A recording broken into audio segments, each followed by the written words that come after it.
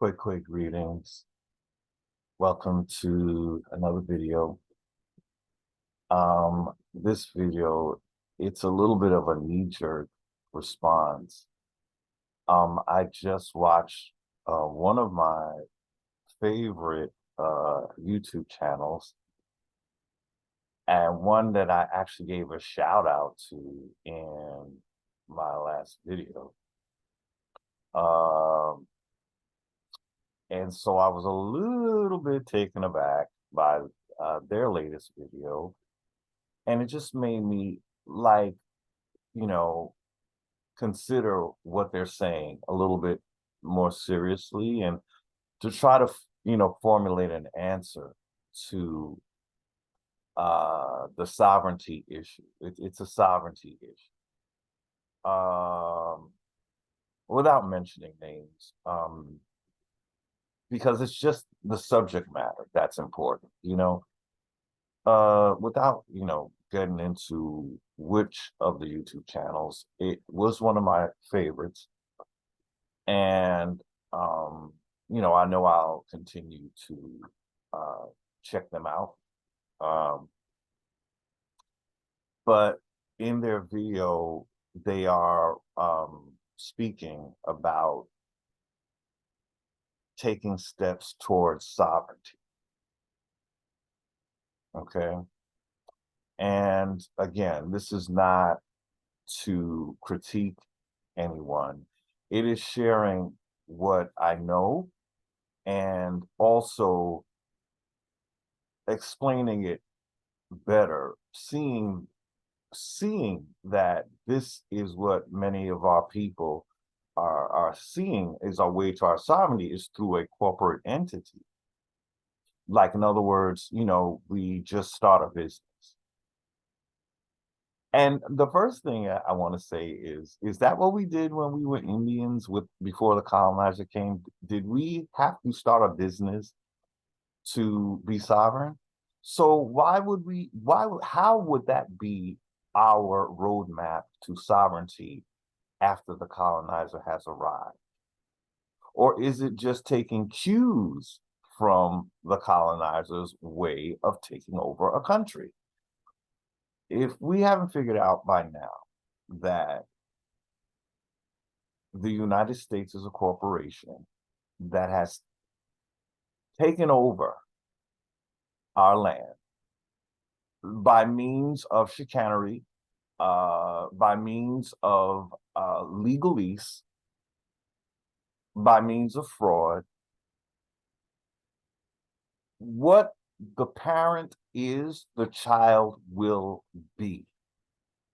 If your parent is a corporation, you will take on the traits of your parent. Your parent has made all kinds of loopholes so that they don't have to honor the original contract that we put on the table, which is called the 1787 Constitution for the United States of America. Okay, so let me read a response I had to this video, because I think it helped me to word it maybe better than I've done in the past. In a nutshell, Indians, incorporating would not be our way to sovereignty. And I say this almost as if I'm with you. I thought that was the way. But there's certain fundamental things that let me know it's not the way. But I had to learn that from people who understand what the Constitution was, who understand, again, the differences between the three constitutions and why there are three. It seems like the Church of Rome does everything in trinities, but that's what helps the fraud get popping. And someone said it's like the shell game. You know, you have three shells and you doing that thing. Which one is the real one? Which one? Which one? Is it under here? Is it under here? So that's the trifling trinity. Okay, that's a it seems like a trinity model of some sort. But anyway, this is my response. And again, this is not to critique the YouTubers. How about it's a learning curve for everyone, you know, for me as well. So the YouTubers, they said you have to create a corporation, but to do that, you got to get your credit right. And I'm like, oh, oh boy. So here's my response. I wrote, hi guys, this is what I think a lot of people think. Just create a business. But please remember, a business is a creation of a state. A state is a creation of our colonists. It belongs to the colonists. Okay, so we try to establish what constitutes ownership, right? Ownership happens when you create something. It's like an artist like Rembrandt creating a painting. That is his creation. Now you can make a knockoff of it, whatever, but it is his. It is his creation, not yours. He will get the profits, not you. That's how we have to look at the corporation. It is not a creation of American Indians. We have nothing to do with the foreign corporation that is now sitting on the land. I did a video talking about corporations, and maybe I'll just link it here because it said a lot. It tells you where the corporation came from. Basically, it is a European entity. So when we duplicate something that is not ours, it's almost like duplicating a virus. It's like something like the Rona. When you recreate the virus, you're just spreading it. It's not getting you back to sovereignty. Its uplink is European. Its uplink is foreign. We contracted with that corporation, but we gave them specific guidelines. What they did was turn everything into dead entities, dead corporate entities. We entered the original 1787 Constitution as men and women of the land. Indians were one set of people mentioned. We were not to be part of the corporation. We were just letting them know that we're not taxed. In other words, we gave a foreign entity the type of rules that we would go by or that we would provide for people coming to our land. In other words, this is how you deal with them. To be on our landmass. It was the original Constitution told the corporation how it can act on our landmass. So we had authority. It was an agreement. So in other words, it was a meeting of minds. As Indians, we agreed as equals. It wasn't the colonizer bopping us over the head like they're doing now, since they got new constitutions constructed. they don't pay attention to the one that we gave them. We think they are. So again, it was a meeting of equals at that point. So what I'm trying to say is we gave a foreigner entity guidelines of how to act in commerce on our land, in commerce. That was the whole thing. We were, it was a business thing we had going on with Britain. But of course, they turned it into a monarchy thing. They're not interested in doing business. They're interested in owning all that you have because they think of themselves as entitled to that as royals. People, we better get a clue. We better get a clue of where the corporation came from. Did we create it or did we contract with it? So I'm sorry, let me start again. Hi guys, this is what I think a lot of people think. Just create a business, but please remember, a business is a creation of a state. A state is a creation of our colonists. It belongs to the colonists. So if we use whatever the colonist creates, it and we belong to the colonists, or we are under their jurisdiction.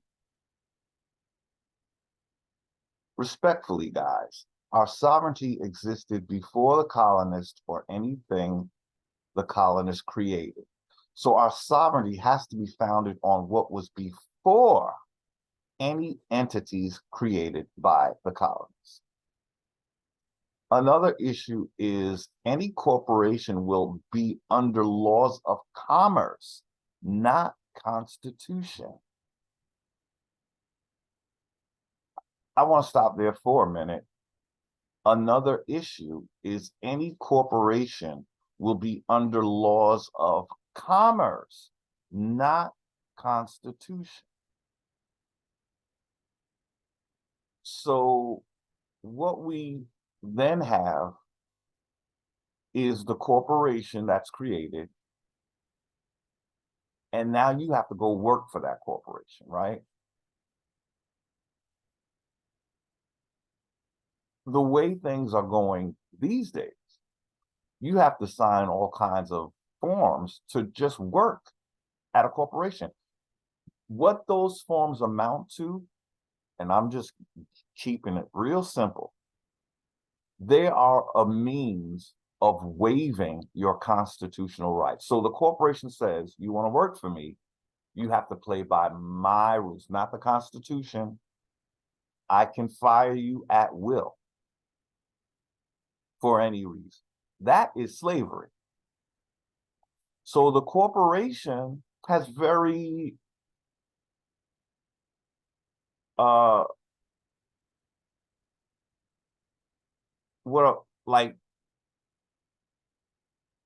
well-polished ways of making slaves.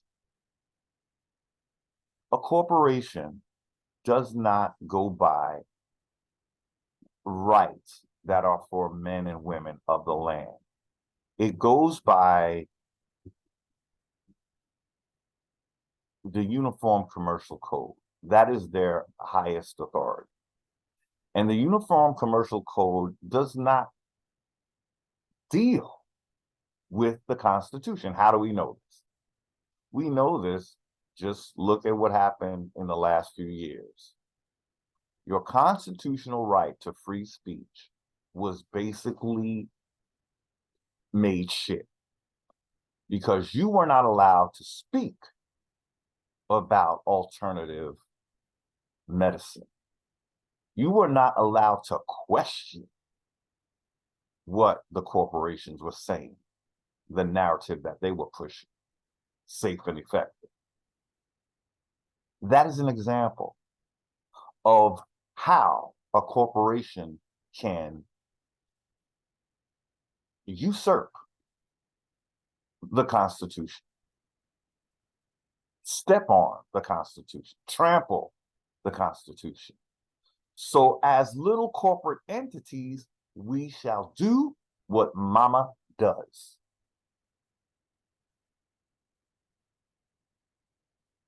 We have to find our way back to the 1787 Constitution and common law.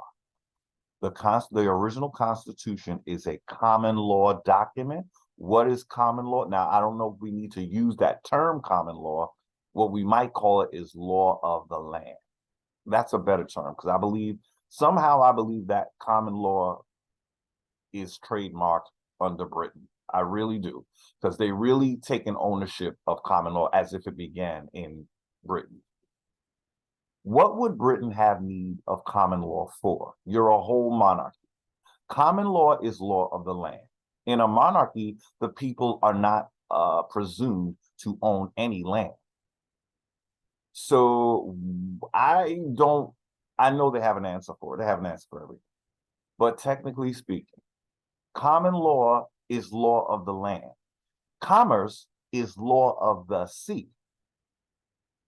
And evidently, that is what this monarchy prefers to go by. Why did it completely extricate itself from the obligations of the 1787 Constitution? Because it's not interested in law of the land. Let me finish reading this. I go off on my little pontifications. So, again, another issue is any corporation will be under laws of commerce, not constitution. When you look at the statutes and the codes, someone said there are over, did they say 8,000 different UCC, Uniform Commercial Code, but also state statutes? The Constitution was what? How many pages? The original Constitution. So a corporation has a whole other set of laws. Again, they want you to believe that they are built on the Constitution. They don't need a Constitution because it's a dead entity. Again, the original Constitution was for living men and women. So a corporation can say that it's going by the Constitution. But again, if it did, what happened to our free speech? It didn't say you have free speech unless there's a pandemic. Or your free speech was to be every day, all day, 24/7, not conditional. I think Indians need to study what they call common law. That is after seeing one of my favorite channels prescribe that we become corporations, it's almost like my duty to prescribe. Perhaps it would be better. No, I know it would be better. I'm just being modest. It would be much better to study common law, because that is the one thing that we do not have right now. Why? Why don't we have common law? Well, when you've been made into a dead entity, which is a United States citizen, again, the laws of the land don't apply to you. At this point, the only people that the law of the land would apply to are the state nationals. I talk about them a lot because they are key. Now, when I talk about state nationals, I'm not suggesting that Indians become, or that is their bottom line, or that is their final destination. What I'm saying is we can learn from what they're teaching. That's all. I'm not promoting state national as the remedy for Indians, although it is a better remedy than being a United States citizen. Oh, definitely, that's for sure. I would say that that would be the only other thing, the only other status that an Indian could work with if there's nothing set up for Indians. And the way it's looking, with everyone saying that we just become a corporation, I just can't believe it. But you know what? I'm blessed with what do you call it? A Mercury in Leo. I said this before. I'm going to say it again because I need to be reminded. No one's going to change my mind. I don't care how many. I don't go by might. So even if I am like the only Indian, but first of all, I might be the only Indian, but I'm not the only person that is saying that we need, no, wait a minute. So, oops, Dane Calloway is saying it also. Oops. And although he's talking about aliens now,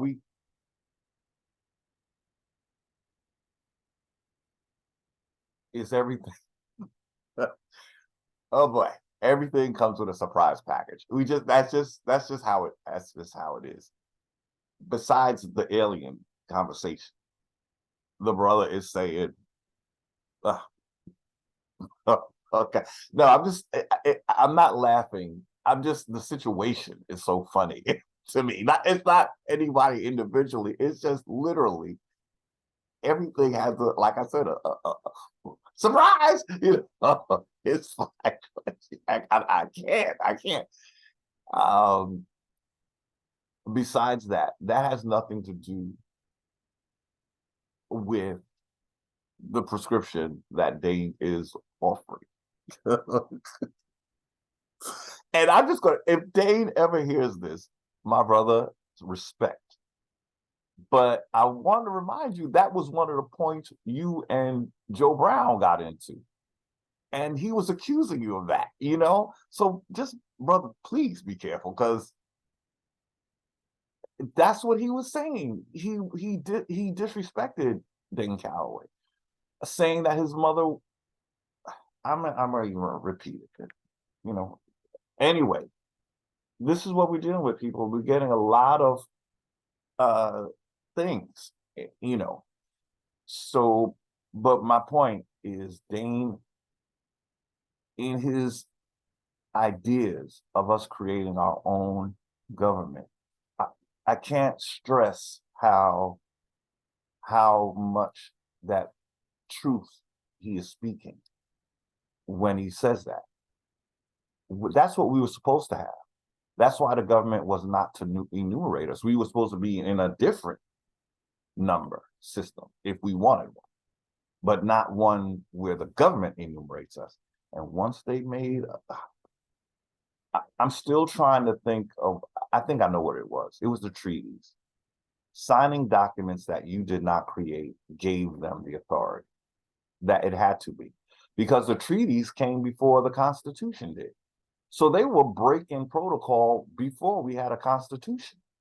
The original 1787 Constitution, they were breaking treaty because that was their document. Those treaties were their documents. That is why they went to shit so fast. But I do think that we Indians, that would be something that we would resurrect. In other words, I think I could explain it this way. The state nationals are resurrecting their first document, which was also, we were mentioned in that document, the 1787 Constitution. So the state nationals are resurrecting that document to show the corporation, look, this is the document you agreed to, not this other bullshit. We were not supposed to be paying your bills, corporation. We were not supposed to be made collateral in your debt system. So again, the state nationals are reminding the corporation of the document that would mostly apply to them, which is the 1787 Constitution. We as Indians, what we had were those treaties. So in other words, but see, what what both documents are doing, the treaties and the United States, the Constitution for the United States of America. That is telling you who the parties are and their standing. In the 1787 Constitution, the parties were the corporation and the foreigners who had established themselves on our land. So we as Indians basically, well, it said that the Iroquois is what made the Great Law of Peace. And so the Constitution is based on the Great Law of Peace. So we might say the document did originate from Indians. That's why we had an authority, but we let it be known in that document that we're not part of it. It's something that we're giving you. This is how we will operate on this land. In other words, you're not in Britain as a subject anymore. Here you're free. And this corporation is supposed to help with your commerce. The corporation, we contracted them to, because they had a great navy and all of that, they was to monitor our commerce on the high seas. That's what the corporation was part of their duty. Another was to protect the assets of the people of America.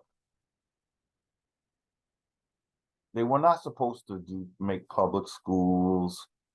They were not supposed to mandate us. They were not supposed to executive order us to death. They were not supposed to have us in admiralty law with the admiralty flag, with the yellow fringes. That is a war flag. Who are they at war with? It would have to be everyone who was party to the first Constitution, the 1787 Constitution.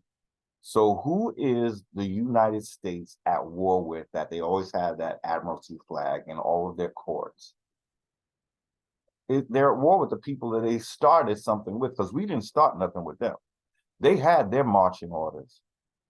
But once they decided to get jiggy with those and make two other constitutions, that's when the war began against the men and women of America, Indians and foreigners. This corporation is no fucking joke. And when we incorporate, again, we become just a little, it's like what the Catholic Church is doing. I said this before, I'll say it again. Every Christian church, but indeed every religion, at least the three major religions, are creations of the Church of Rome. So whether you're a Baptist or Pentecostal, any Seventh Day, whatever, if your book is the Bible, you are following the protocols of the Church of Rome. If you are a corporation, the UCC code is your Bible. So that is a set of laws and rules given by a corporation, meant for other corporations, not for men and women. So what am I saying? I'm saying whatever your go-to document is, whoever created it, that is your master. So whether you be a Pentecostal, Seventh-day Adventist, whoever uses the Bible in any capacity, you only the first part of the Bible, and some go by the second part of the Bible, and then there's a book that Islam is using that's somewhat based on the Bible. They all came from the same source. And I hate to say it, but I have to say what I can to make, we have to be aware of the origin of a thing. And a lot of us do not know.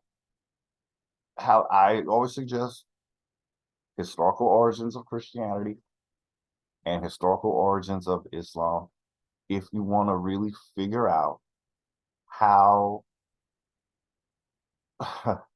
your religion was made. The only thing I would say is in that book, or they're still not saying where the original Egypt was. So they're talking about the second Egypt. But that would make sense because the second Egypt is where the church was created, not the one in Tamari. In Tamari, we had what would be called polytheism. Technically, it was not exactly polytheism, but it was strongly multi-deity, shall we say. But again, we did have a creator being in our system. We just had several deities that would have been like seen like the children of the creator being. So basically their system is a knockoff of ours, just that they're calling it monotheism. A lot of people, I realize, what is monotheism? This is the funny thing. People who are Christians don't even know what monotheism is. I've had enough people ask it that I realize y'all don't know what monotheism means. You know, I'm not trying to make fun, but it's your religion. That's what I'm saying. You know, we in things and we don't know where they came from. So anyway, the UCC code is like the Bible of the corporation. Why? Because the corporation is a commercial entity. Again, we contracted with a corporate entity, but we weren't a corporation. If you can grab that, what the corporation did was stripped us of our humanity. I'm using humanity loosely. It stripped us of our living beingness. The corporation stripped us of our living beingness and made us into corporate fictions with the capital version of our names. It capitalized our name because it can only interact with other corporate things, other dead things. So it took away our life. It had us lost at sea because they're on the sea. So in other words, we had you on our ship and then you drowned, and so now we took over and we run everything. But we made these little memorials to you, the little straw man version of you, and we tax that entity. And magically you pay us for taxing that dead entity that is not really you. But a lot of people, they feel, oh, that's fraud. You fraud in the government. That's not true. Ain't no straw man. Why is your name in capitals then? It's just part of the procedure. No. You got to find out why your name is in all caps.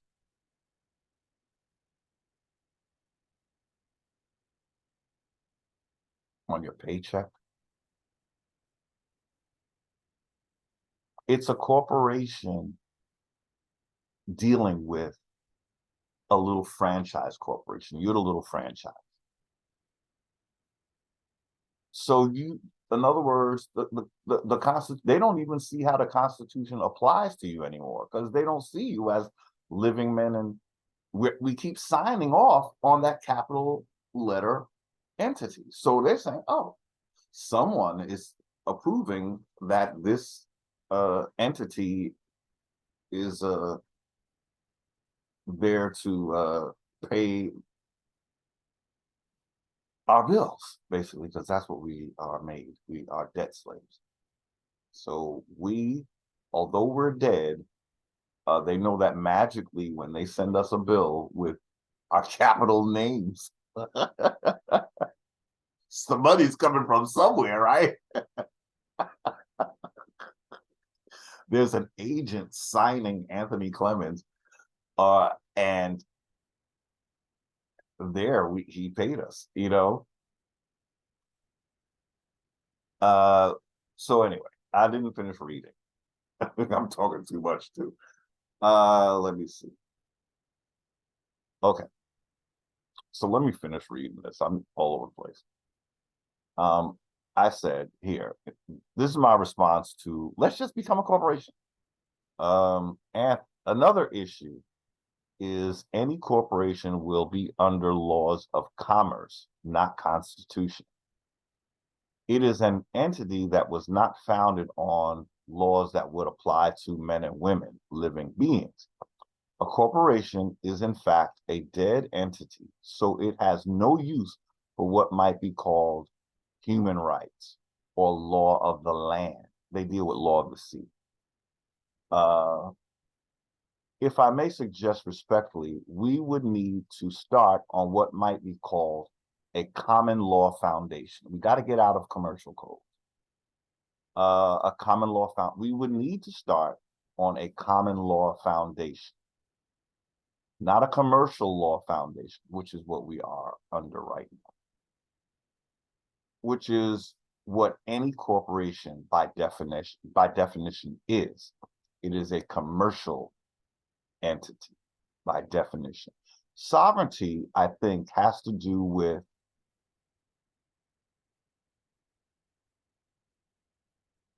oh gosh, I have a typo. Okay, with the law. Okay, what did I say? Sovereignty, I think, has to do with what type of laws we stand on, what set of laws we stand on. That's what I meant to say. I have a horrible typo. Sovereignty, I think, I know, has to do with the set of laws we stand on. The 1787 Constitution was made for living men and women. The next two constitutions are where men and women are no longer a factor, but are made subject to the U.S. corporation. You can read the words, the word subject in the 14th Amendment itself. If you Google the 14th Amendment, the word subject appears. So what they're not really saying is that once you become subject to a foreign entity's debts, the foreign entity can move to say, you owe me something, so therefore you can't own anything. Your debts have caused me to take everything you call yours and either register it or certificate it and to make it ours. So your child gets a birth certificate and is basically not your child anymore. Whatever all they have to do is make some document and have you think that it's official and that you need to have it. And then they've just taken you and pulled you into their jurisdiction, which is a sea jurisdiction. Okay.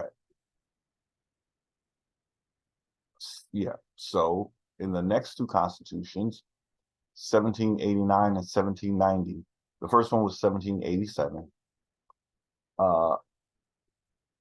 Men and women are no longer a factor, but are made subject to the U.S. corporation. So the beginning of sovereignty is to let the U.S. corporation know what type of laws apply to you as living men and women.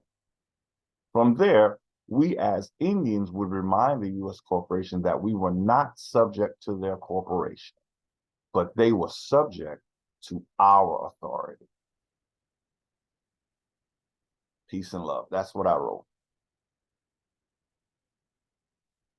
And I thought, you know what? It took hearing someone say that for me to try to word this thing, you know, and I actually think I did it. That says it. It really does. I think, yeah, I'll probably run my mouth a little more and cut the video.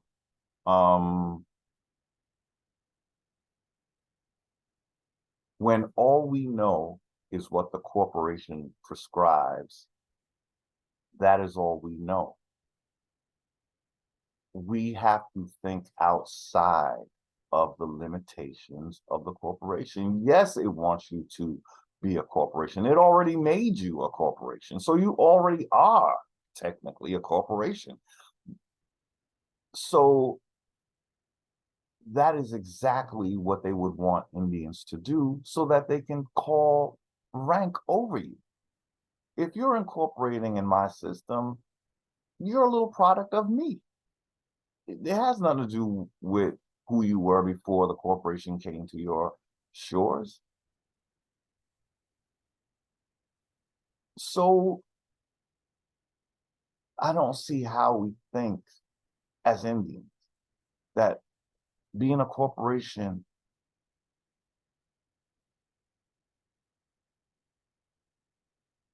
is a way to get sovereignty. Corporations have a lot of power because that is how the US corporation would have it. So the idea is to get men and women to be slaves in that. Now we all agree, I think most Indians agree that what? A job is slavery. How do you think that is though? Why do you think that is? Who you're a slave to is maybe that's a better question. Who are you a slave to if your job is slavery? Who are you a slave to? The corporation, right? What are we not getting? So you think being a slave master is the way to solve the problem just because, look, I would even agree to that, perhaps. You know, the problem is the framework in which you're doing that was created by someone else. So you don't have the authority. Now, when we were on our land and our children were working in the Confederate South on our land, and the corporation called it slavery. The difference was we created that framework. When we entered the corporation, we're in their framework. So being a slave master in their construct makes them head slave master. It makes them master over the master, if you can follow what I'm saying. So I'll say it again. What we had going in the Confederate South, the corporation loved to call it slavery. The difference is the land was ours, the slaves were our children doing chores to keep the house and the farm. When we take that model, but now we're under the corporation and we've incorporated, you don't own the land, you don't own the house, you don't own your children. Do you get what I'm saying? Is it making any sense? So why I said I might agree to us having that slave system, somewhat agree, is because that is what they're calling the Confederate South. They're saying that that was slavery. Having your kids do chores to keep their farm, which they're going to inherit in the end anyway. That's another difference. In the corporation, you don't inherit shit. They take everything. After you registered it and certificated it, it's theirs. And when you fall into default and you get a tax lien, you don't get it, your kids don't get it. Who gets it?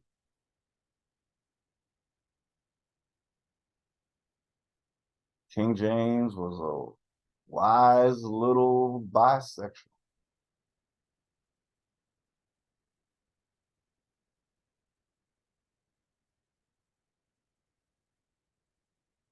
Um, just saying, I'm not judging his life, but people need to know again, do you know that which you are under? Do you know that which you are giving all your adoration to, like a King James? Or do you just turn a blind eye because you are so indoctrinated that you don't want to hear what this man, his lifestyle, you know? Again, it's not about judging him. It's about people who will use his book to condemn certain people when King James was doing all that. Okay, that's all I'm saying. It's so hypocritical.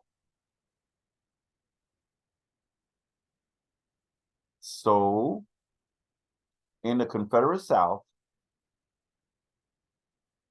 farmers were trying to keep their farm, and the North didn't want that to occur. The North wanted their farm. So they said they were slavers. No, they weren't. No, they weren't. And if they were, it was something that Britain brought to our shores so that they can then call us out as slaves. You're the one that dumped all your people here. They were your slaves. So then you offer them to us to work on our farms, and then you say we're slave masters. That was the system you brought here, or you encouraged.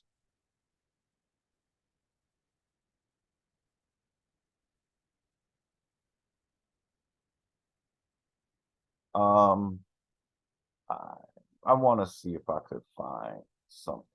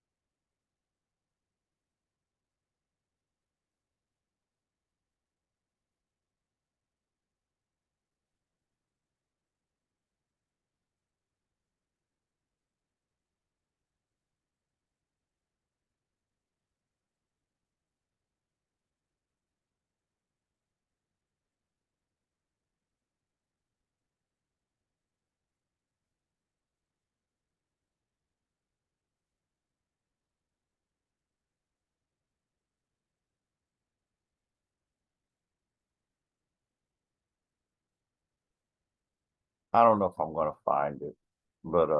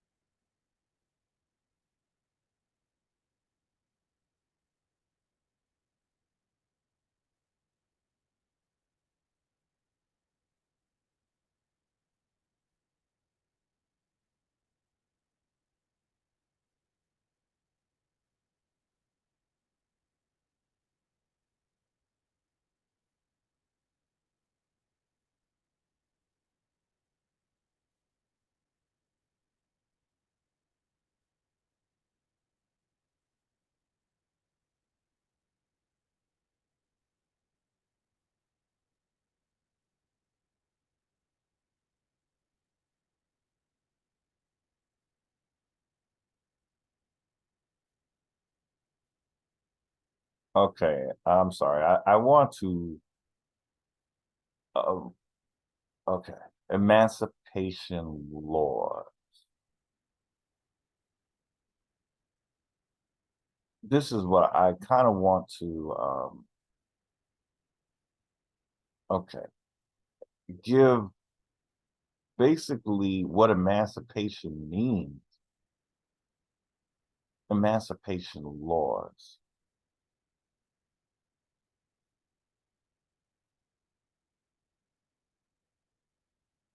So how are they using the legal term emancipation is what I'm trying to get at. The word itself. So in okay, so let me see. This is, I think I had another website before, but let me see. Let me see. Want to show, oh, what happened? Am I still okay? It just did something that made me feel like I wasn't on the screen anymore. That okay. So this is www.findlaw.com,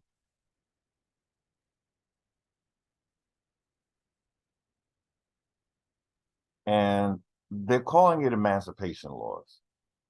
So emancipation is a legal process that allows a minor, typically someone under 18 years of age, to become legally independent from their parents or legal guardians. States vary in emancipation laws, but most states require the minor to petition for emancipation. Minors must file a petition for emancipation in family or probate court. They'll need a court order known as a declaration of emancipation from the emancipation to be for the emancipation to be called official.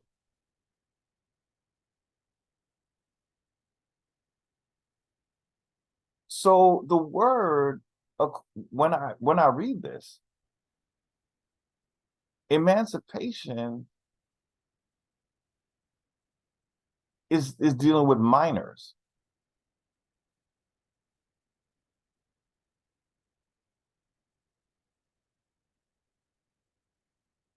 But I would like to find another reading. But I didn't pull up, I didn't have anything prepared. So maybe this will have to do for now. But it's emancipation. So that's what the word they used, right? Emancipation. That's what the whole Lincoln thing was about, emancipation. And that's the word. That's the legalese, the legal word. Emancipation is a legal process that allows, ooh, wait a minute. I just gotta, oh, my ancestors are working right now. Is this why they call us children in their legal system? In their system, those that were emancipated are still seen as children. So that's another clue as to why the word emancipation, who it's dealing with. But it's just interesting that in statutes and codes, we're seeing that we can't handle our business. And so that's why the corporation is doing all this wheeling and dealing on allegedly on our behalf, because we are, what's the word? It's like we're like children. There's a word for that they use for children. But and that's why they can do all it. But it's just interesting, the little connections you can get.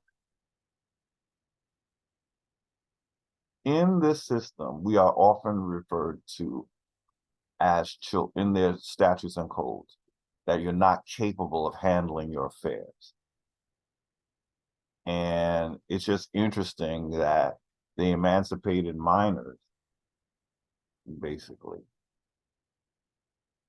with emancipation laws. Emancipation is a legal process that allows a minor. So they're not saying there's an adult emancipation and, a child emancipation. The word itself, without saying who it applies to, the word itself, by definition, allows a minor, typically someone under 18 years of age, to become legally independent from their parents or legal guardians. Then who owns them after that? It's not saying that they are gonna, it doesn't, oh boy. Oh boy. So it's not talking about who's going to take over the child. They're being emancipated from their parents. So who else is going to take charge of them if their parents can't even have charge over them? That would be the state, right? Basically, right? A ward. When you don't have no parents, aren't you a ward of the state? Anyway, that was just a little aside. I kind of just wanted to revisit what I saw it before, but I didn't prepare to talk about it. It just came up while we're talking. But it's interesting. Emancipation is a legal process that allows a minor, typically someone under 18 years of age, to become legally independent from their parents or legal guardians. That is what happened to the Confederate South.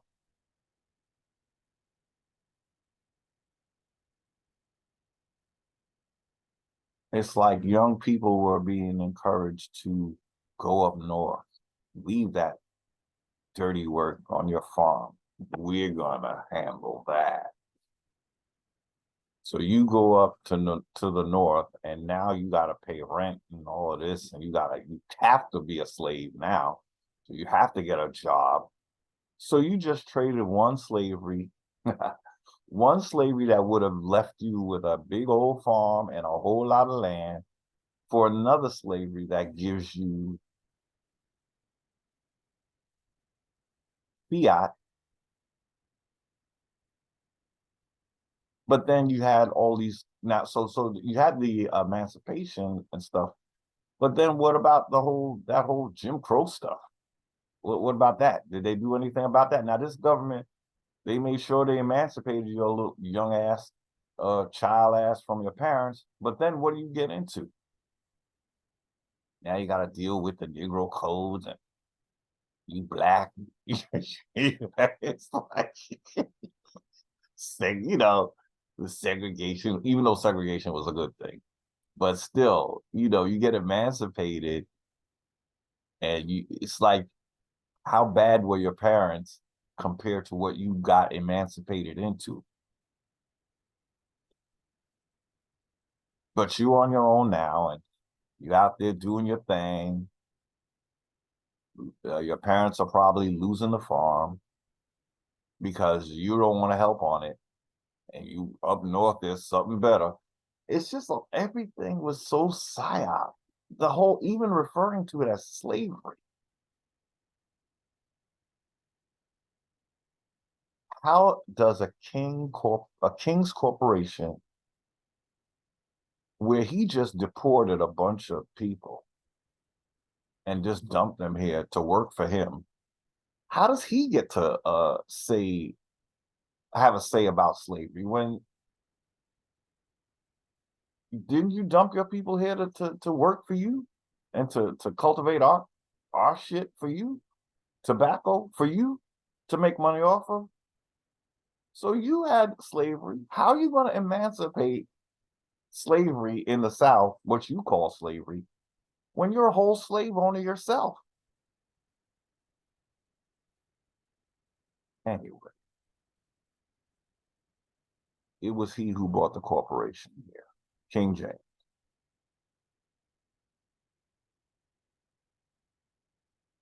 Okay, so on that note, yes, there is something I wanted to look at, because I hope it's saying what I needed to say. Yeah, I'm not going to read that other stuff right now, but that's the stuff I kind of had lined up, but I don't think I'm going to get to it. That was land grants. We did that video. Oh, come on now. I had one. I think, I did the broken treaties. I just didn't post it. But, oh boy. I think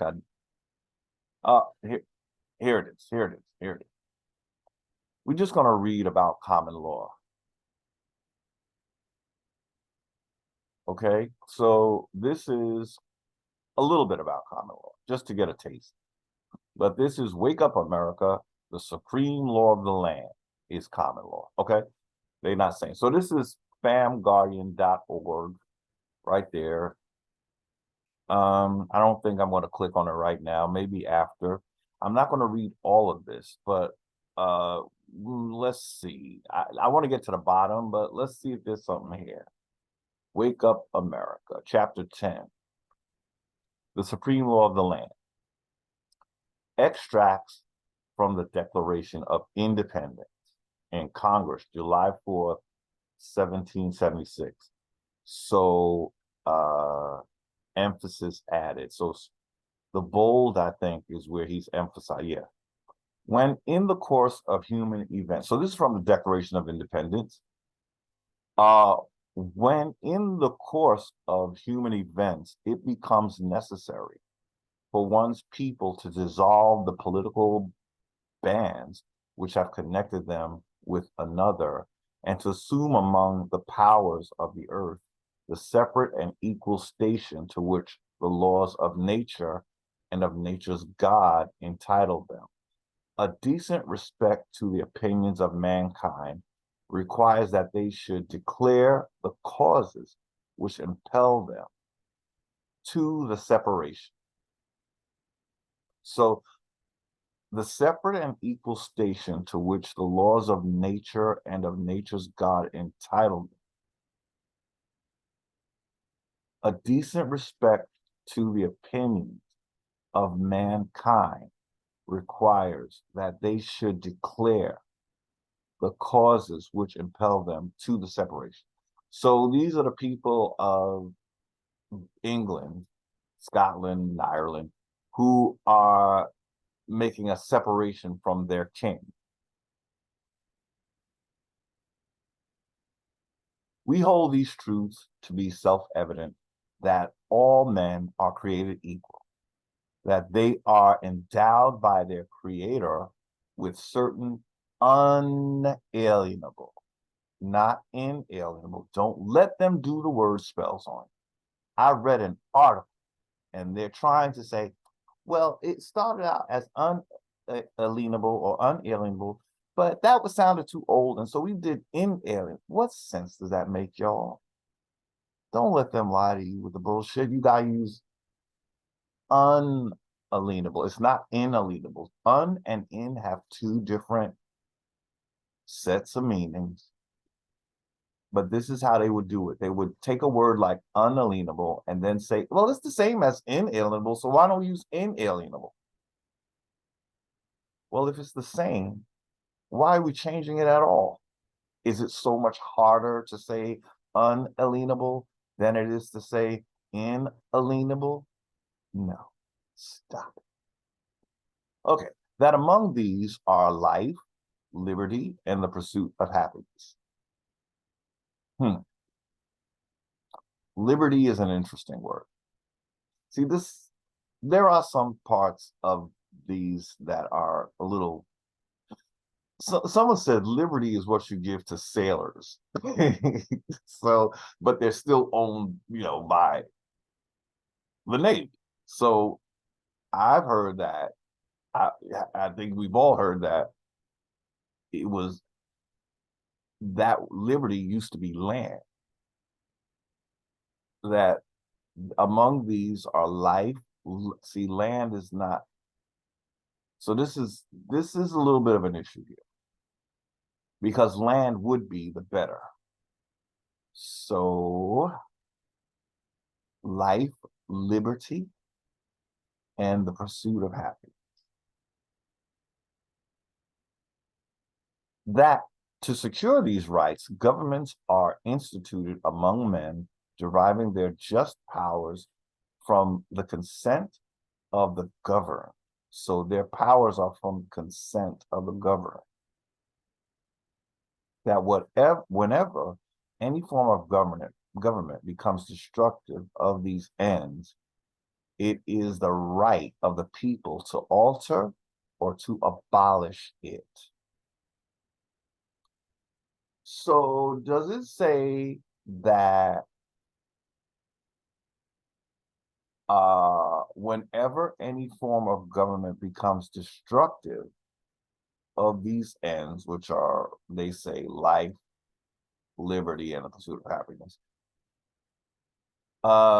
when any form of government becomes destructive of these ends, it is the right of the people to alter or abolish it, except when the government says it's inland terrorism. Is that what it said? No, it didn't. So we got to be careful when the corporation wants to accuse you of terrorism, because according to our founding document here, the document for the foreigner, it is the right of the people to alter or to abolish it. How would we abolish a government? Well, that's where the Second Amendment would come in, right? We supposed to have a little bit of gunpowder, right? I don't advocate violence on this channel. The reason why I don't is because I know that the sovereignty that an Indian truly has outside of any corporation, because you ain't getting sovereignty from a corporation. You're not getting sovereignty from a corporate entity. I'm sorry. Because the corporate entity did not write this, you know?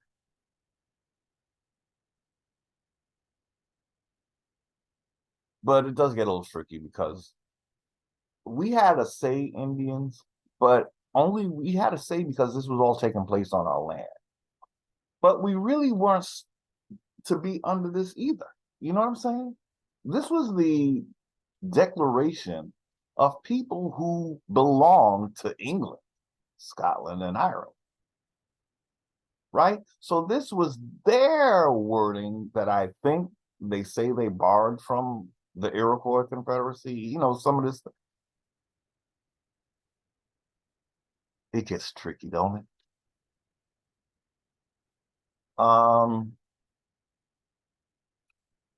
I read it now, not because it applies to American Indians.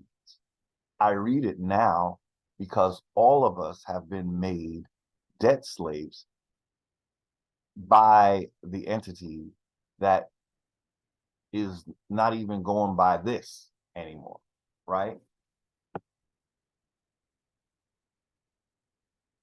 So, so this is what Dane is saying, basically, as well. It is the right of the people. Well, he's not saying to abolish it. He's just saying build your own thing. So I'm not going to accuse him of saying I mean, we would have that right. Look, since we are pretty much in the same boat as the foreigner, this is why I'm reading this, okay? Because I don't want us to think that this is really applying to us. We weren't under Britain until they made us, until they reclassified us as colored, and then when they made us United States citizens, that's when we became these people who fought to break away, but the entity that they broke away from found little ways to completely abolish the Constitution. The Constitution is there; it's not abolished, but it certainly is not being followed. Okay, it is certainly not. And how do we know? Again, during the pandemic, your freedom of speech, it's always curtailed, even outside of the pandemic. You don't have no right to freedom. They think of everything to make freedom of speech seem like it was a bad thing. Oh, but you can't say it can hurt somebody's feeling. It's politically incorrect. It's free speech, bitch. It's, and else, what else? If you don't like it, go back home. Huh. That's a revolutionary idea. If the United States corporation doesn't like free speech and doesn't like the Second Amendment, they could go back to Britain and do that stuff over there, right? I mean, that's basically your home, right? And in as much as the Pope is involved, that he would be down with that. He's the one that gives you all the crown and stuff, puts the crown on your head and all of that, and then kisses Africans' feet.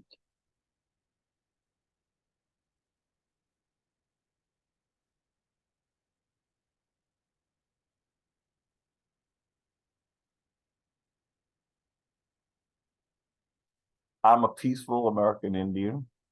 I'm just reading the what's this? um the Declaration of Independence. Oops, is that terrorism? Sorry. Oh boy. Oh boy. Okay. Okay. And to institute a new government. Indians, we were supposed to have a government, but what after they broke up our tribes, it's kind of hard to have a government when you just like you're not even an Indian. They don't you done became you were coerced into becoming colored. You were told that if you want to stay on your land, you better be colored or Negro. And if you want to remain an Indian, well, head on over to Oklahoma.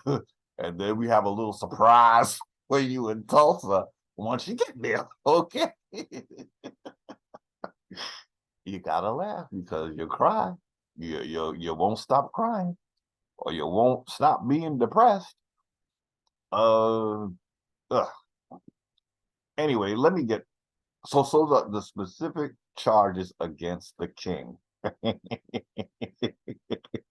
We forget that it's not white people, right?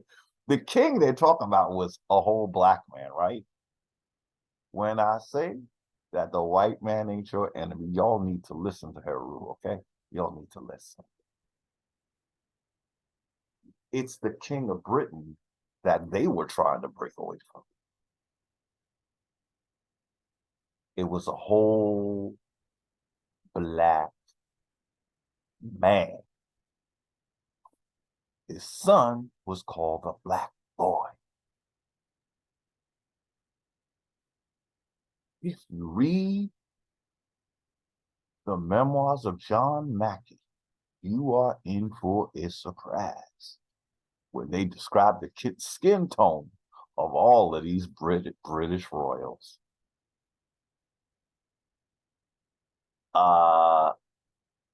Just like today, the court of the royal family is family. So you apply that to John Mackey's book, The Memoirs of John Mackey, and you're reading the descriptions of the members of the court of King James, tawny, black, dark brown, sanguine, what's the, all basically black. Fair skin is not white in those descriptions. It was a black court because it was a black family.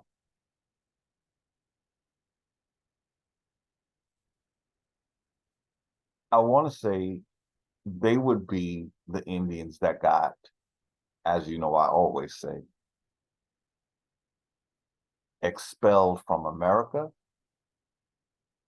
but they were determined to stay in power somewhere, and that became the seat of their power. After they were able to get a Caucasian phenotype, they could throw away the Mongolian one somewhat because it started out Mongolian. they first sent Mongolians here, but not in a corporation. They just plopped them on our land so that they could say that the Mongolians was here first.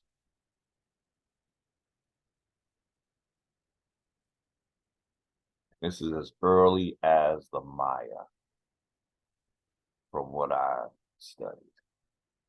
So the Maya is the beginning of Mongolians being a thing in America. Before the Maya, there were no Mongolians, is what I come to conclude from what I'm reading. And how you know that is because they don't really want to, they all conversations about Maya, Inca, and Aztec, because those were the people that were mixed with the Mongolians or were the Mongolians. But yeah, they would have been a mix as well, okay? But they were Mongolian. They were Asiatic blacks, okay? That's what Mongolians are, Asiatic black. Thank you, educated or re-educated TV channel. Okay, so okay, how long? What's our time looking like? Because we kind of want to start doing shorter videos. So I jumped down because I saw King charges against the king. Okay, laying its foundation. Okay, we have it is the right of the people to alter or to abolish it, a destructive government, and to institute new government. Okay, that's what Indians need to do, not become a corporation. Learn from the Pilgrims, okay? Because I see we Indians are more indoctrinated than the Pilgrims, yo, for real, for real. Anna would represent to me the Pilgrims because she is a foreigner, but she's more American than any Indian I'm seeing lately. That's for damn sure. Because she's talking about, we ain't having this corporate bullshit. She ain't saying for us to create a corporation. That's not what Anna's saying. She talking this shit right here. That's why I talk about Anna's rights so much. And don't get it twisted. I'm not saying that we should just give up and become state nationals. I'm saying we can learn from the state nationals how to build our government. But if the Indians don't do it, then I would then suggest that you just follow Anna. That's all, because at least that will get you back to the Constitution. If you become a corporation, you are so deep in the corporation's ass that it ain't funny. They could call you a French tickler or something. You'd be so deep in that ass. Why did I say that for? What did I say that for? I don't know why I said that. It just came in my head. But yeah, you be very deep in the corporation's ass. Sorry. That's just the fact. You're doing exactly what they want by being a corporation. That's how they dominate us right now. Again, we already made little corporations with our capital name. We just don't know it. And then they call your property real estate, but real estate is what a corporation owns. Men and women have private property that a government is supposed to protect, not try to take. My challenge to those who own houses, I've put this challenge out before. Look on your title and on your deed and tell me if you are an owner or a tenant.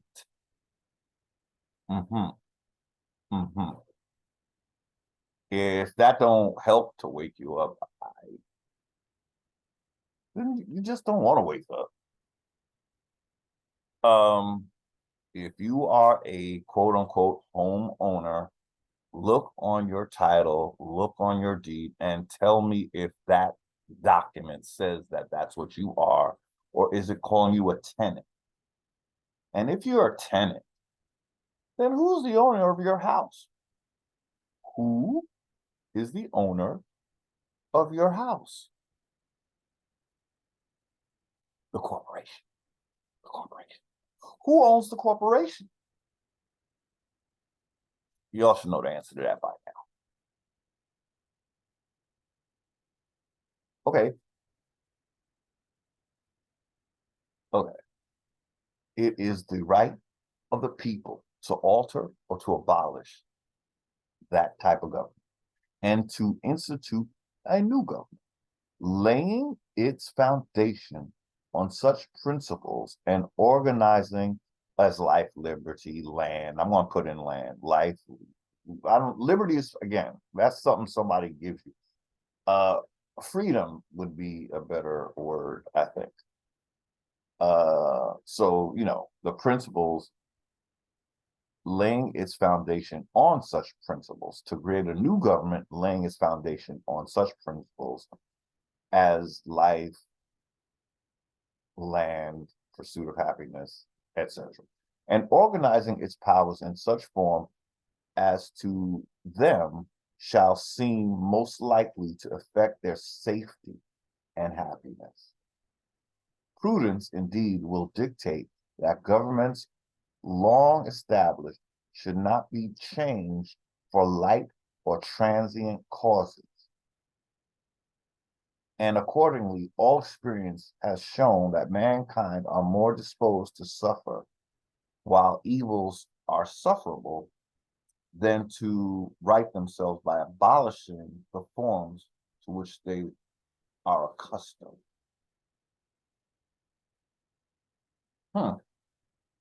That's a mouthful. All experience has shown that mankind are more disposed to suffer. Indians do that very well. While evils are sufferable, than to right themselves by abolishing the forms to which they are accustomed. But when a long train of abuses, usurpations, pursuing invariably the same object, evidences, I've never seen that word. Evidences a design to reduce them under absolute despotism, it is their right, it is their duty to throw off such government and to provide new guards for their future security. New guards. You're supposed to guard your property and your rights and your status, your identity, not change it and what do you call it? Reclassify. Governments are not supposed to do that. And they're not supposed to have anything to do. They're not even supposed to tell you what your identity is. They're not. We told them what our identity was. That's why they mentioned Indians in that document in the 1787 Constitution. They do name it in the other ones, but the other two is a whole other jurisdiction. It's the sea jurisdiction. The first one is the land jurisdiction. The first Constitution is the one for men and women. That's the one we should be all about. But again, the Indians weren't supposed to be under that one either, but it's just that now we're in a position where we are being treated like we're just another foreigner. In fact, we're from Africa, right? So now we have to do some backtracking, but the Constitution is a good place to begin. It's a good place to begin because it tells you the parties or the factions and what their position is. But well, truthfully, okay. For the record, what makes the Constitution, the first one, the superior one, is not even that it names us, but that they all do. They all have on it. But the fact that we gave it to the corporation is what makes the first Constitution the best one for us as Indians, because it makes us the authority because we created it. The second two, we didn't create those. We didn't create those because they don't apply to men and women of the land.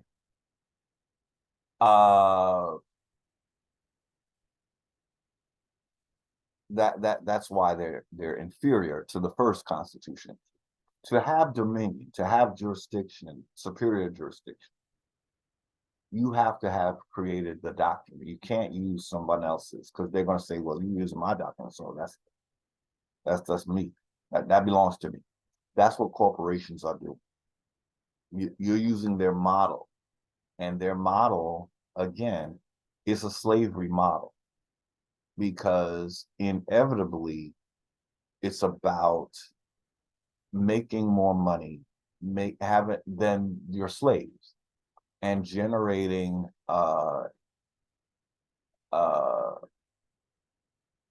more for yourself than for your slaves. That's what corporations end up doing in some way, shape, fashion, or form, because it was created by. So in other words, the corporation, even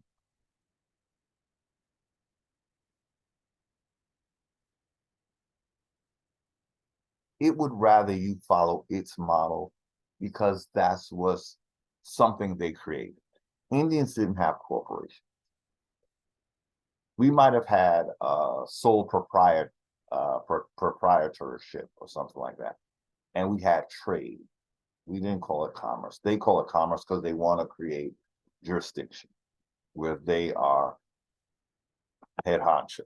Okay, so when Indians do go back to common law and get out of the commercial shenanigans, we will call it trade once again. That's what it is. Maybe bartering, but commerce, that's going to call the corporation. Ooh, they talk about us. No, we don't want to talk about you. Thank you. We had enough of you. Okay.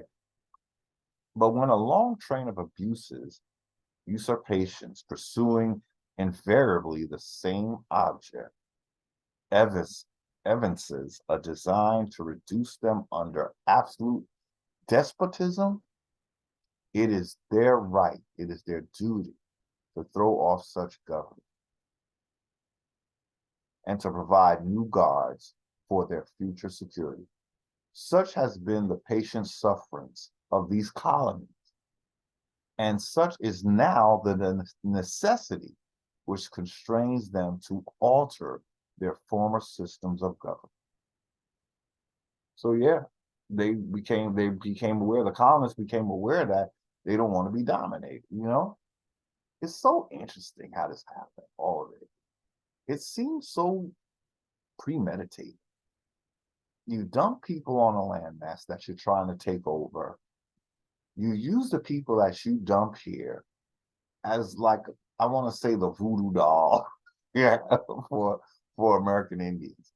You got to, even with the American Indians, think that we're the people of, like, the foreigner. So then we think that you are our king and all of this, when we were just watching this whole show, but we just didn't get talked about.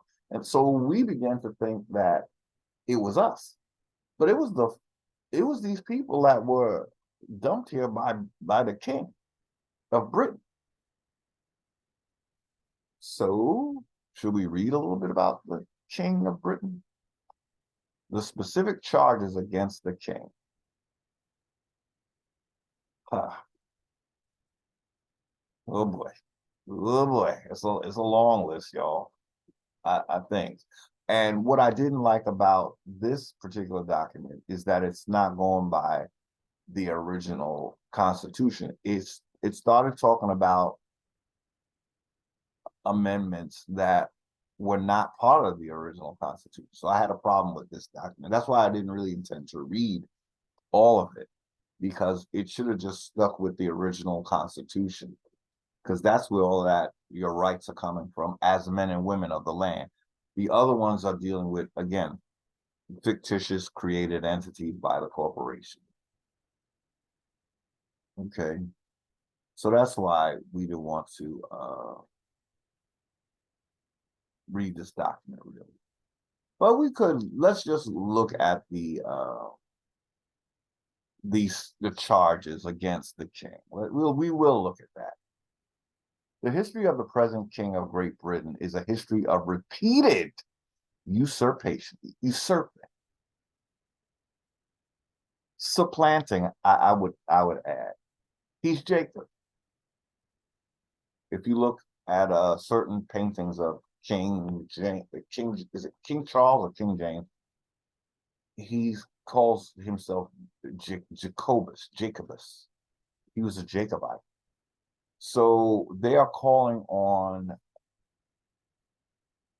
the persona of Jacob, the supplanter. This is what justifies his shenanigans. And they just said he had a history of repeated usurpations, usurping the people, all having in direct object the establishment of an absolute tyranny over these states.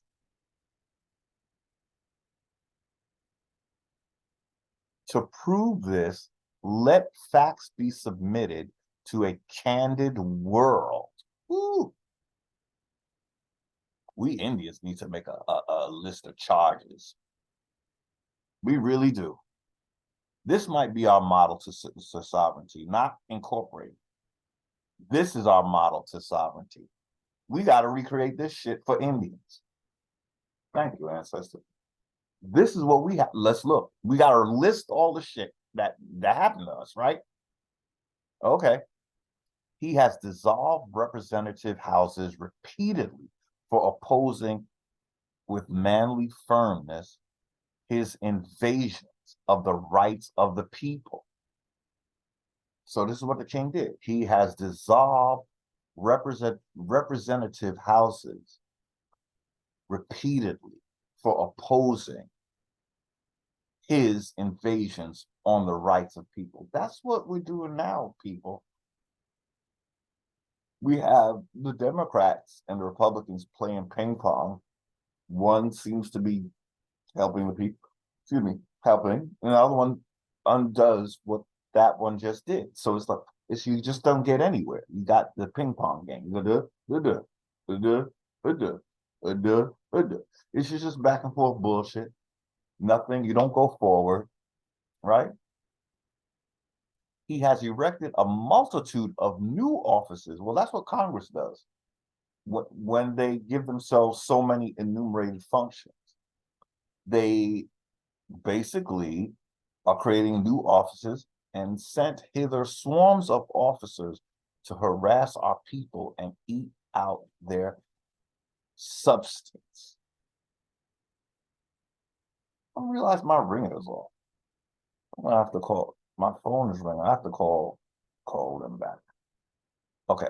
He has kept among us in times of peace standing armies without the consent of our legislatures. Oh boy.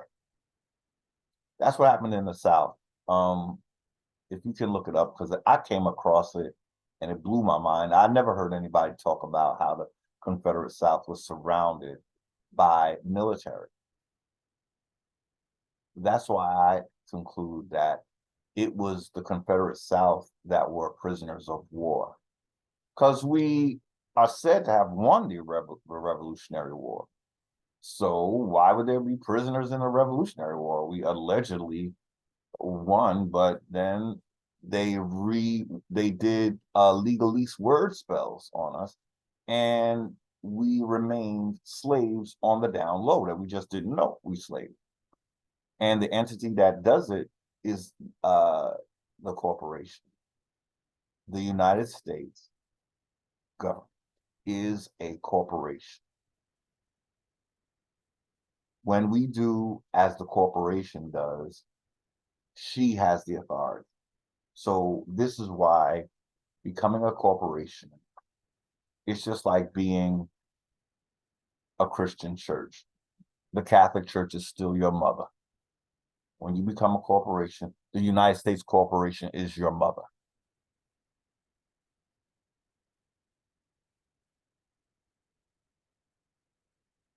So he has erected a multitude of new offices and sent hither swarms of officers to harass our people and eat out their substance. He has kept among us in times of peace, in times of peace. But they have us at war always. That's why we have the Admiralty flag. In times of peace, standing armies without the consent of our legislatures. He has affected to render the military independent of and superior to the civil power. He has combined with others to subject us to a jurisdiction foreign to our Constitution. Hallelujah. Yeah, the jurisdiction we're under is foreign to our Constitution. Today, the Constitution didn't make rights for corporations. It didn't line out rights for corporate entities. It was there to make a distinction between corporate activity and men and women of the land. So it was a common law document to tell the corporation it had authority over all corporations, is a better way to say it. When you become a corporation, there is no authority involved except that which created the corporation. When you are in common law, you're the authority as men and women of the land.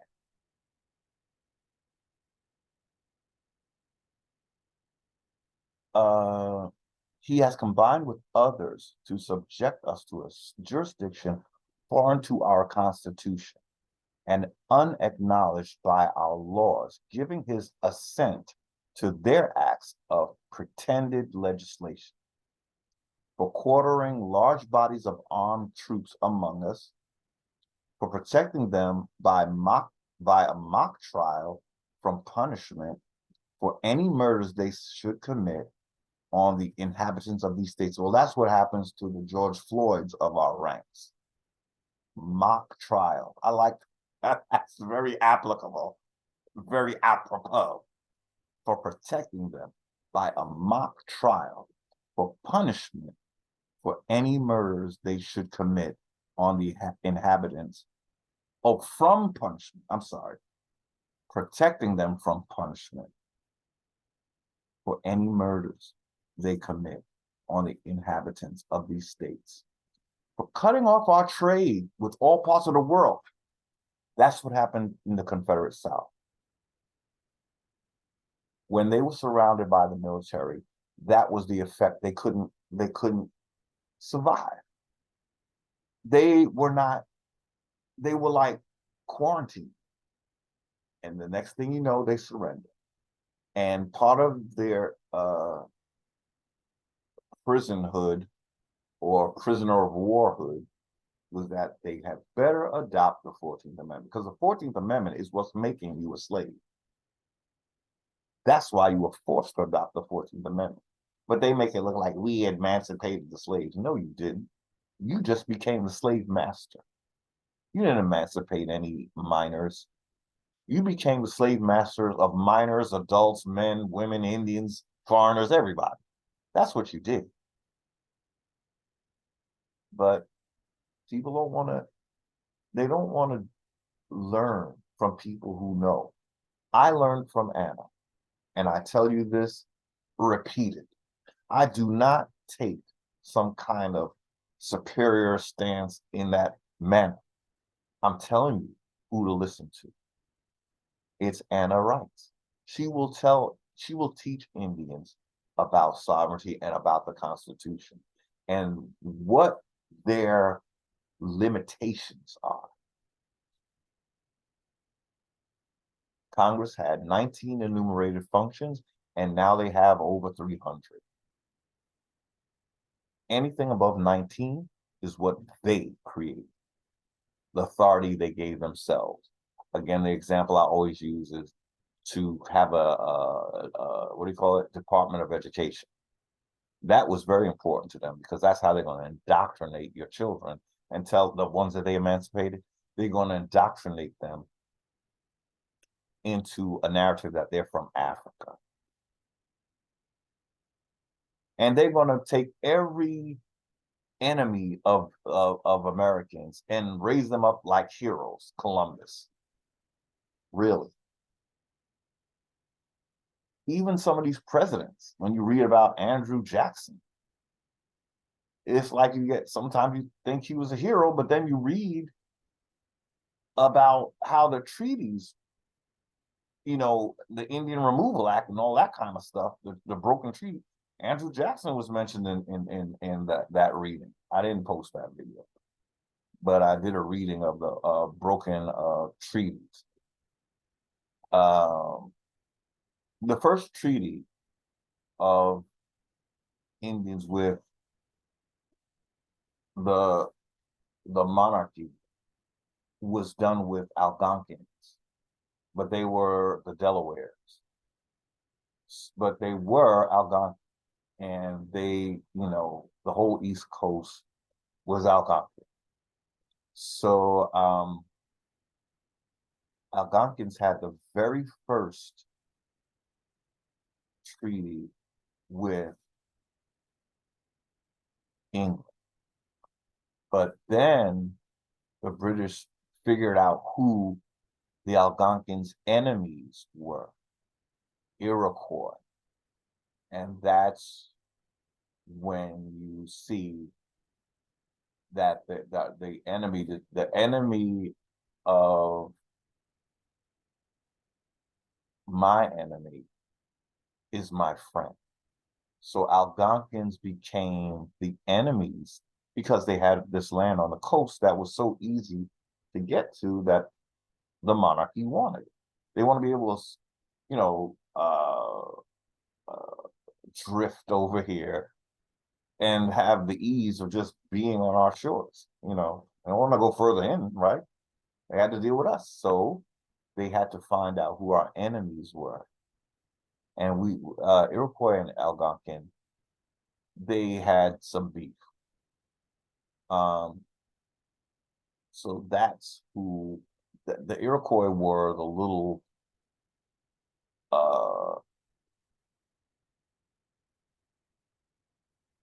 let's say the little pawn for Britain to take down the Algonquins and begin the whole, process of just taking all Algonquin land, if you ask me, because the first colonies were just all over Algonquin land. That's who they ran into, so of course it was their land that was being encroached on, not Iroquois.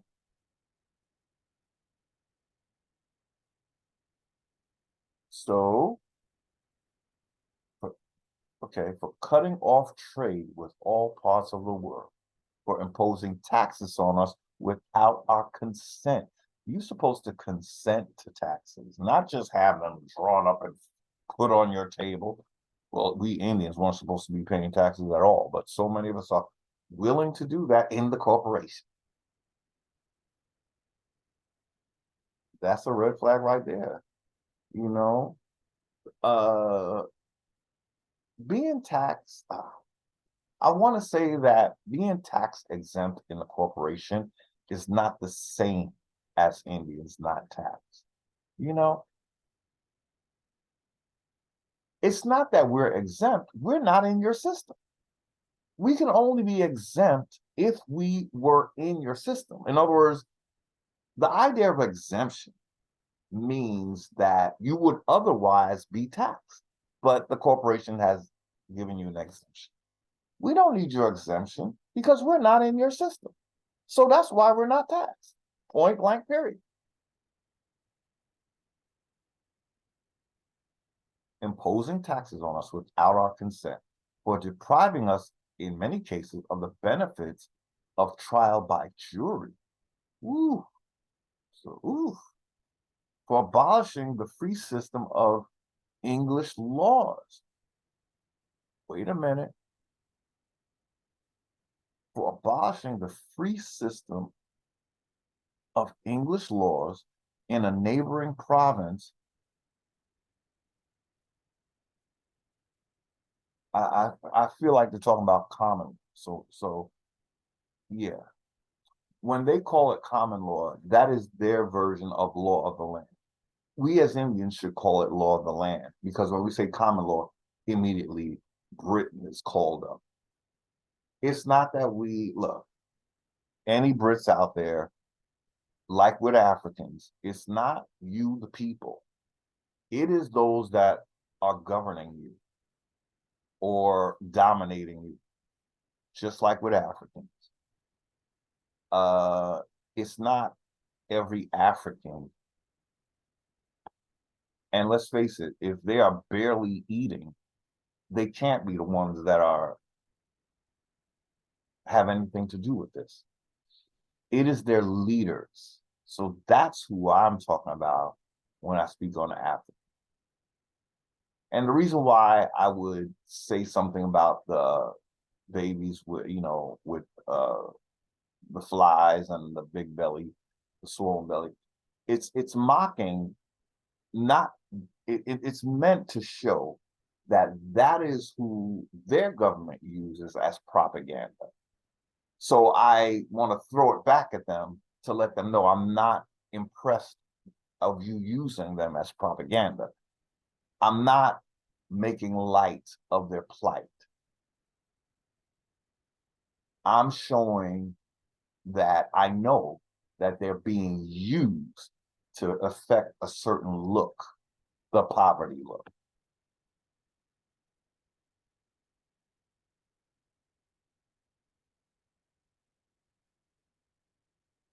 Okay. He has plundered our seas, ravaged our coast. The immigrants are talking like this is their land, right? Are you talking about my seas and my coast? Burnt our towns and destroyed the lives of our people. In every stage of these oppressions, we have petitioned for redress in the most humble terms. Our repeated petitions have been answered only by repeated injury. A prince whose charter is thus marked by every act which may define a tyrant is unfit to be the ruler of a free people. Conclusion and declaration. And for the support of this declaration, with a firm reliance on the protection of divine providence, we mutually pledge to each other our lives, our fortune, and our sacred honor. John Hancock. Oh, John Hancock wrote that.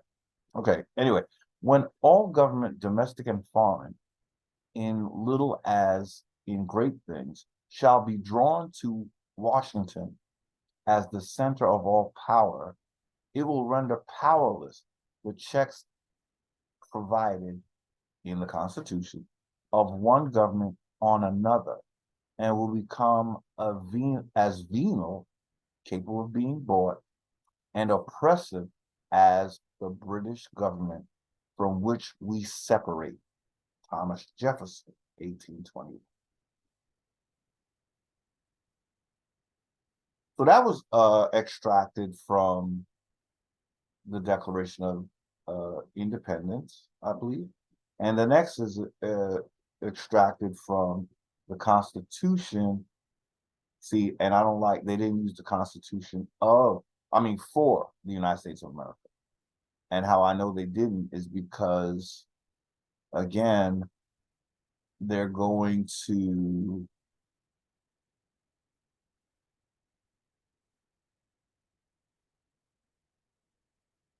the amendments. And see, Amendment 1, that was in the original Constitution.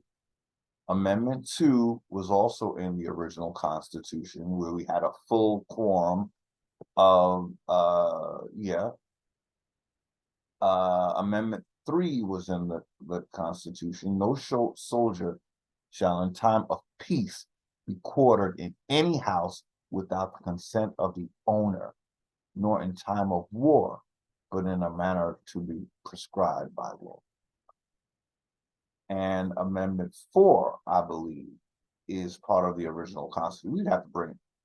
We would have to pull it up. But there are only like 4 amendments in the original Constitution. So that means all these other ones, not constitutional. Not constitutional.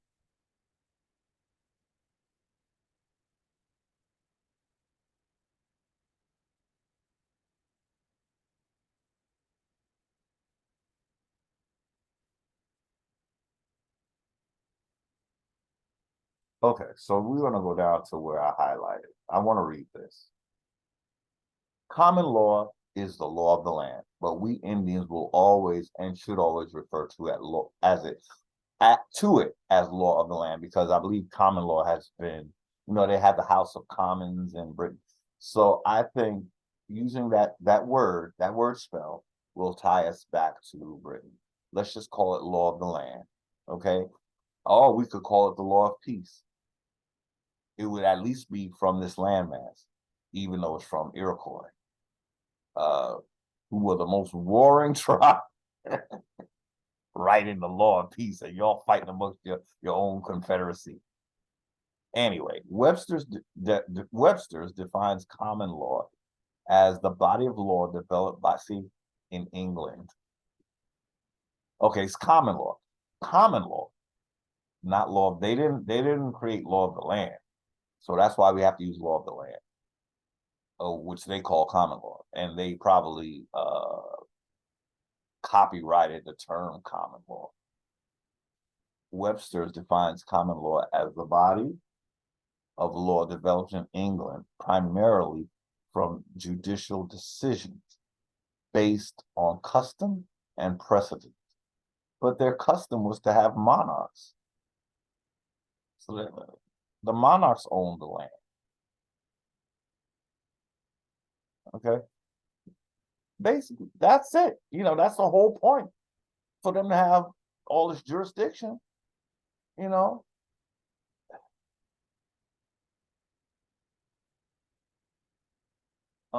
body of law developed in England. See, already they're doing a grab. So they're going to claim that they gave us common law. How could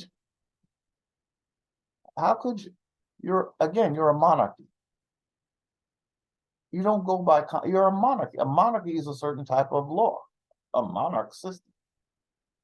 So anyway, they want to be the creators of common law. Well, they did create the word, I believe, the term common law.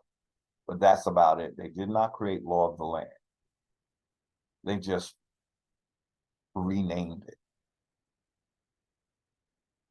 Primarily from judicial decisions based on custom and precedent, unwritten in statute or code, and constituting the basis of the English legal system. They keep saying like it all originated in England. They're one of the youngest nations on earth. What you think you created? You're too new. And American Indians, you really need to understand that we was here long before there was an Africa or African nation, long before there was the Greek, long before, way before Britain. Spain has even got more, they would be more this kind of accolade, right? Even though that was also a monarchy, but Britain is acting like it all came from them, right? You're too young. Young and sit down, okay? Young and sit down. I just don't, this is not vibing, okay? It's not vibing. Um, common law developed out of customs that were found to work in practice. So again, I'm reading this and I'm saying to myself, so the Greeks didn't have anything to do with you having this? You just came up with this all by yourself, right? You ain't giving nobody no credit because why? Because you want to take the jurisdiction. I'm just saying I would even give it to Greeks more than Spain. They were the first outside of Timeric. Yeah, you know, with all they, well, they did learn what they did from Timeri. So, but here we have this England, like they were, it's almost like they're saying they were the Greeks. Greek, oh, it existed way before Britain did. Okay. Unless I got something wrong. Um, but just look at how grand a monarchy can be as to lay claim on a law as if there were none before they existed.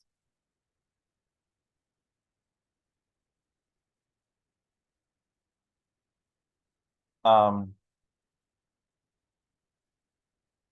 I don't know. So yeah, I I'm looking at this and I'm realizing it really wasn't as significant as I wanted. But I, the idea is common law is law of the land, and from there it's just like I guess I didn't have much of a punchline here, but law of the land me, means the common law. That's a case where they realize that law of the land is really what common law is based on. So let's see. Uh, the English system and of the system in all of the US except Louisiana.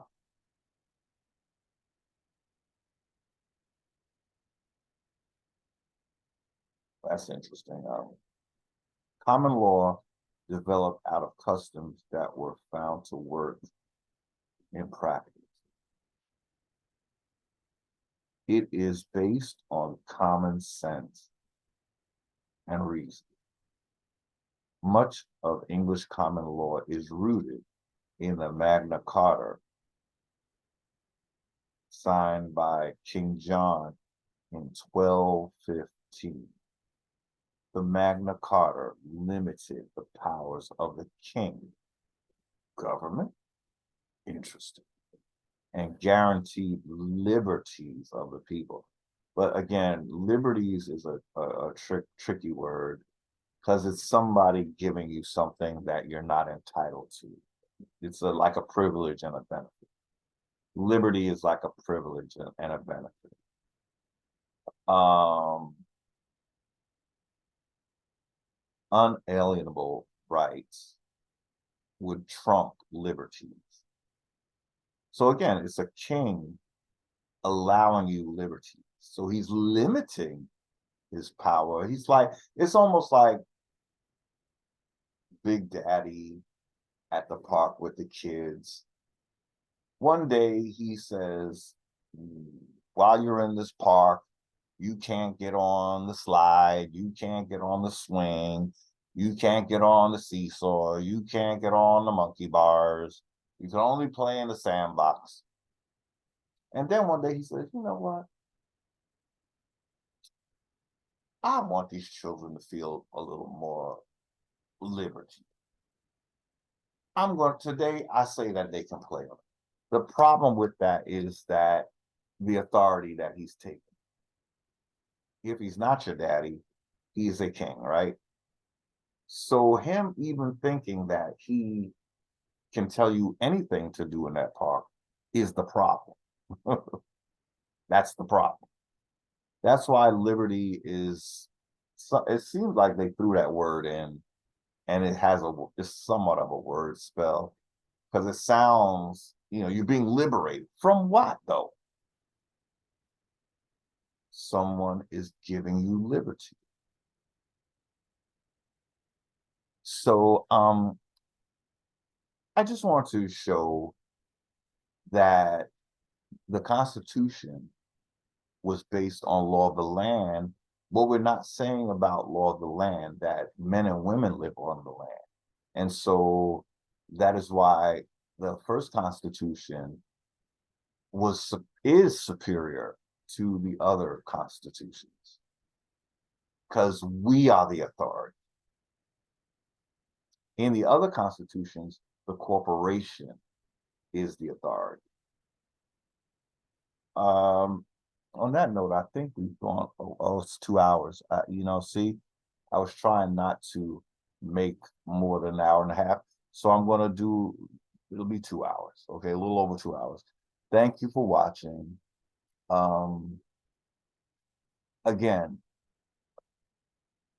these videos are speaking to the Constitution. I'm not talking about anarchy.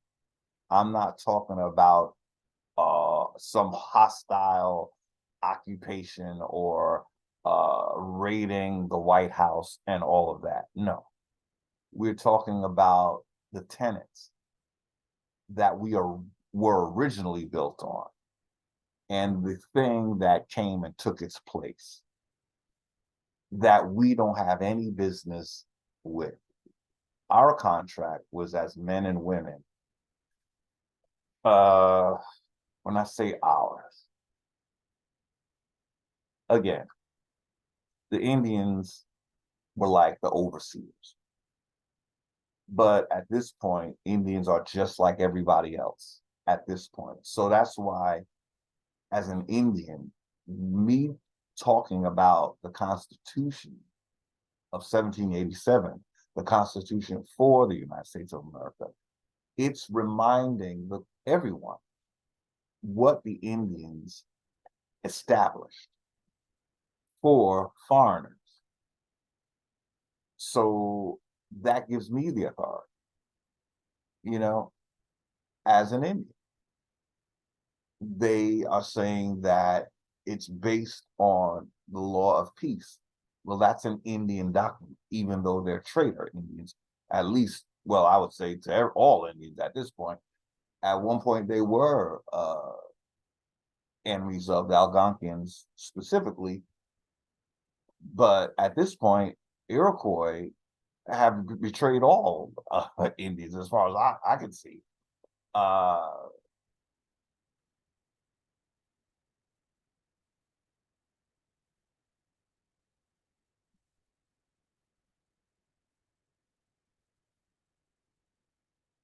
Coronado said something that it's ringing true with and consistent with what I'm seeing. And I think I said this before, but what he said is that the Iroquois were basically, being so in bed with the British, they were kind of given a position as the spokes tribe for all Indians, right? They were the ones that really helped Britain, even though they had their little disagreements, like every relationship. But ultimately, the British built their system square on something from the Iroquois system. So they were favored among all Indians. But part of that favoritism had to do with being natural enemies of the Algonquins. So it was in England's best interest to make friendships with the Iroquois Confederacy so that they can use them to get their goals accomplished when it came to Algonquin land. Okay. What I read about Chief Powhatan is he was working with the Pilgrim, but they didn't like that he was an authority. So even though he was being very generous with the Pilgrims, it wasn't good enough because the Pilgrims, their problem was that you're an Indian. That was the problem. We don't want to go by what you say. We want you to go by what we say. That's the problem. And they didn't say that to him, but that was the issue. He gave them an area to live in. He helped them with food. We're gonna have to read about Powhatan and even touch on the Powhatan, because we don't hear nothing about the Confederacy, the Powhatan Confederacy, do we? Nope. Nope. That's how you know that we're somewhat living in the world that Iroquois helped to create. And I think what the Iroquois also did, I'm going to go out on a limb. I think they were instrumental in giving the Mongoloids our identity. Of course, they had to call them Native Americans, but I think that's something that the Iroquois would do, because let's face it, the Iroquois don't want to deal with Indians because you're betraying.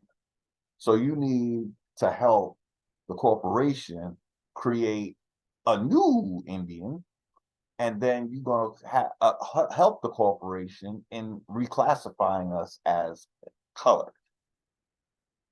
All this happened under Iroquois watch. If you gave the corporation that document or the basics of the Constitution, you're taking a dominant role in working with the corporation. Okay. So what Colonado said that resonated with me is he said the Iroquois were to be the tribe that spoke for all Indians. That's why we're in the position we're in today. The Republic was the body or the authority that would govern Negropeans, the foreign Negroes who had some,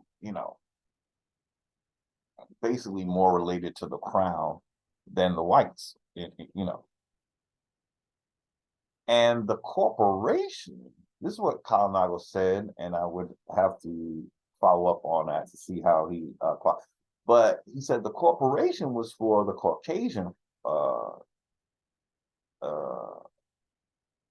immigrants.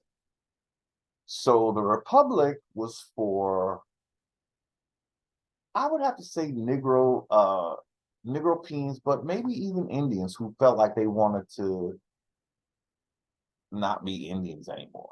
So I think the Republic was for those who wanted to aspire to be like the Negropeans. So that's what the Republic was for. But again, the Iroquois was that was the body, the government, well, the uplink. I don't even want to give them all that up. But they were supposed to be dealing with uphold our Indian presence. All they did was give our identity to Mongoloids. That's what I believe they did.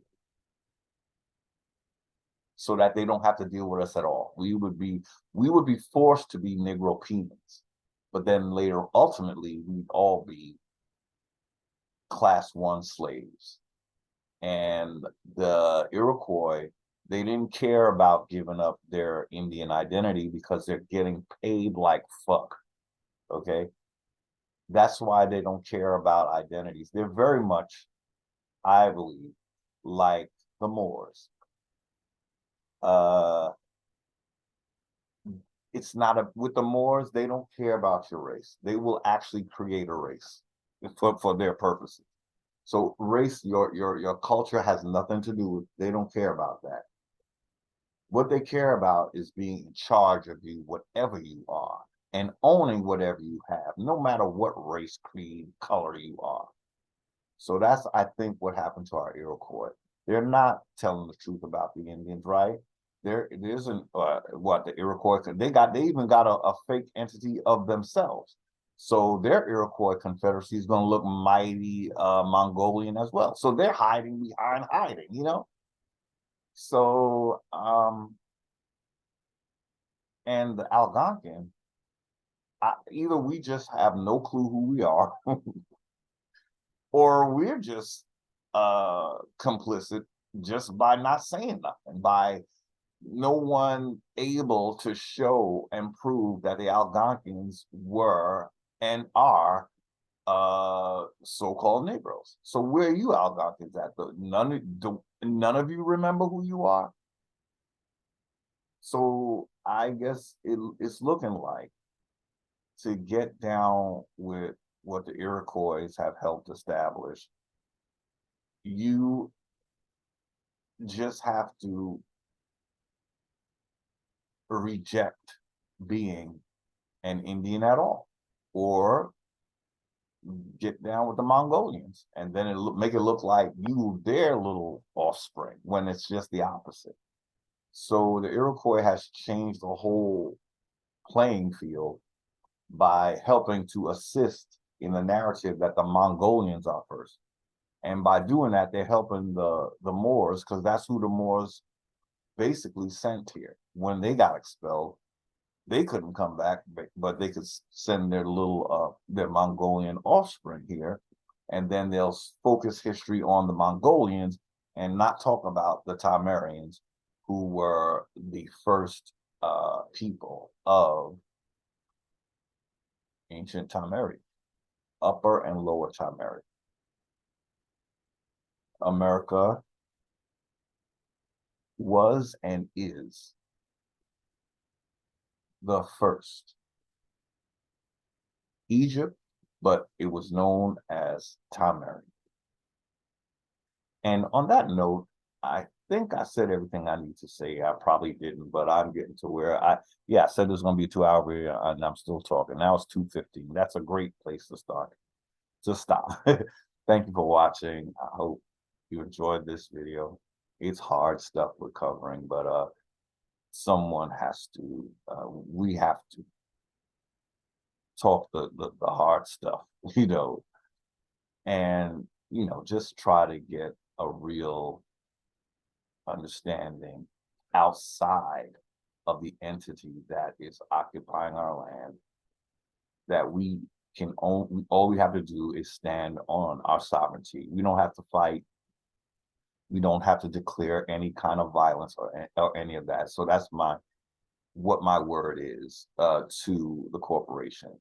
This is not terrorism. This is speaking to the original Constitution for the United States of America. I wish you peace, joy, wealth, health, your land back, your identity back, and all the great things. Until next time, stay well.